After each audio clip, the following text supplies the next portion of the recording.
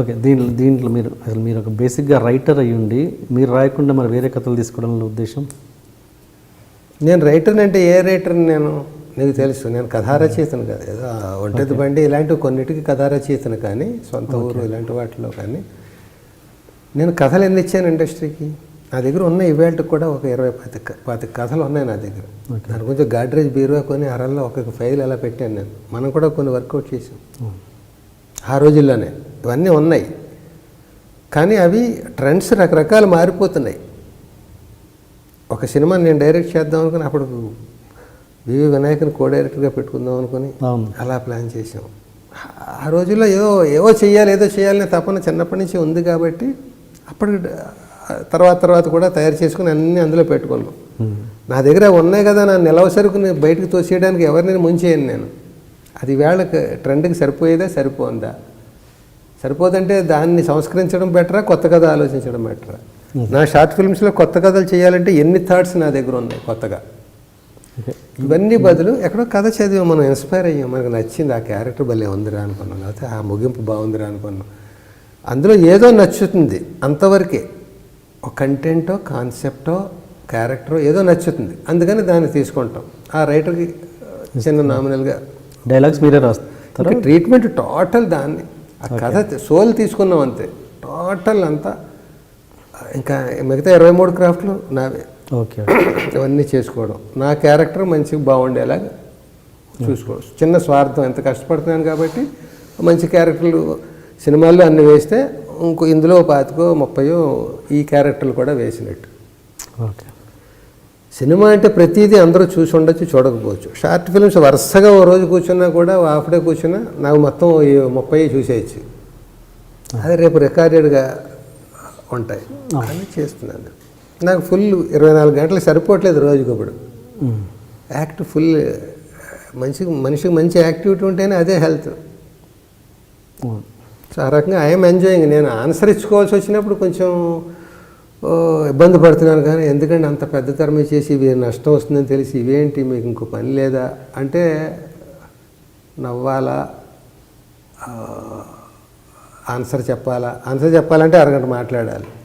నువ్వు అయిపోయాక ఇంకోటి ఎవడో ఇంటికి వెళ్ళాక అడిగాడు అనుకో, ఎంతమందికి చెప్పాను నేను? నువ్వు ఇంటర్వ్యూ కాబట్టి చెప్పాను, మామూలుగా ఏదో చేసుకుంటున్నా నా సంతోషం కోసం అంటాను. మామూలుగా ఇండస్ట్రీలో నటుడు డైరెక్టర్గా మారితే కొంచెం అవకాశాలు తగ్గే ఛాన్సెస్ ఎక్కువగా ఉంటాయి. నటుడు డైరెక్టర్గా మారితే కొంచెం ఇంకా మళ్ళీ ఎందుకులే మళ్ళీ తను పిలిచి మనకు కాంపిటీషన్ చేసుకుని రకరకాల క్యాలిక్యులేషన్స్. ఇప్పుడున్న పరిస్థితుల్లో మీరు డైరెక్టర్గా మారితే ఆ వచ్చే అవకాశాలు కూడా తగ్గే ఛాన్స్ ఉన్నాయి కదా? వచ్చేస్తున్నాయి ఇప్పుడు అవకాశాలు ఏమైనా? లేదని చేయడం కాదు, అలాగని నేను చేయడం మానట్లేదే. ఏటికి 10 సినిమాలు 7 సినిమాలు చేస్తున్నాను నేను. ఓకే. నేను జీరోగా మా ఇంట్లో కూర్చోవడం కాదు. ఇదివరకు అయితే ఏదో రకంగా ఉంటే బాగుండు అని అలా ఎదురు చూసేవాడిని. ఇప్పుడు ఎదురు చూడట్లేదు, అయినా వస్తున్నాయి, చేస్తున్నాను. కాకపోతే పెద్ద సినిమాల్లో నాకు ఇవ్వకపోతే నేను చేయలేకపోతున్నాను తప్ప వాళ్ళు అలా అనుకోక్కర్లేదు కూడా. పెద్ద సినిమాలు కూడా లాస్ట్ ఇయర్ ఎన్ని చేశాను నేను, అల్లు అరవింద్ గారి సినిమాల్లో వాటిలో ఎవడు ఇవన్నీ చేయలేదు. ఎప్పుడు 10 ఏళ్ళు అయిపోలేదు కదా అవి చేసి. మొన్న 2-3 ఏళ్ల క్రితం మంచి వేషం ఉన్నప్పుడు నాకు ఇస్తున్నారు, పిలుస్తున్నారు. ఓకే. పెద్ద సినిమాల్లోనూ పిలుస్తున్నారు, చిన్న సినిమాల్లో కూడా చేస్తున్నాను.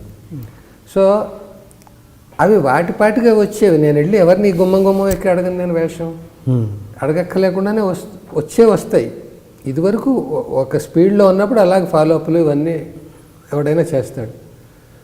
ఇప్పుడు వేషం ఉంటేనే ఇస్తున్నారు అంతే తప్ప ఎల్బి శ్రీరాముని వాడుకోకపోతే అతని జీవితం ఏమైపోతుందని ఎవరు కదా, మనమే ఆదుకోవాలని ఎవరు కదా. ఉన్నప్పుడు చేద్దాం, లేనప్పుడు మన పని మనం చేసుకుందాం అనేది. ఈ షార్ట్ ఫిలిమ్స్ మీద మీ ఈ సినిమా పరంగా తోటి నటినట్ల స్పందన ఎలా ఉందన్న?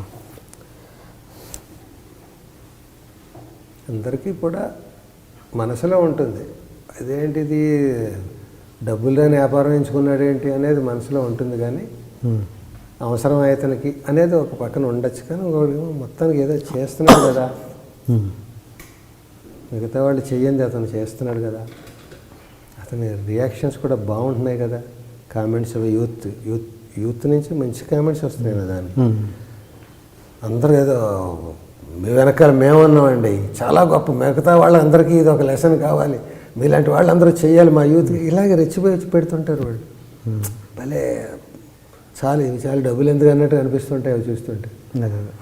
సో అవి కొందరు చదువుతుంటారు కదా, వాడు కూడా ఓకే అతనేం డబ్బు రాకపోవచ్చు కానీ అతనేం మొత్తం అప్రతిష్టపాలు అయిపోవట్లేదు అనేది ఏదో ఉంటుంది కదా. అలాగే కొందరికి మనం కూడా చేస్తే బాగుండని అనిపించవచ్చు.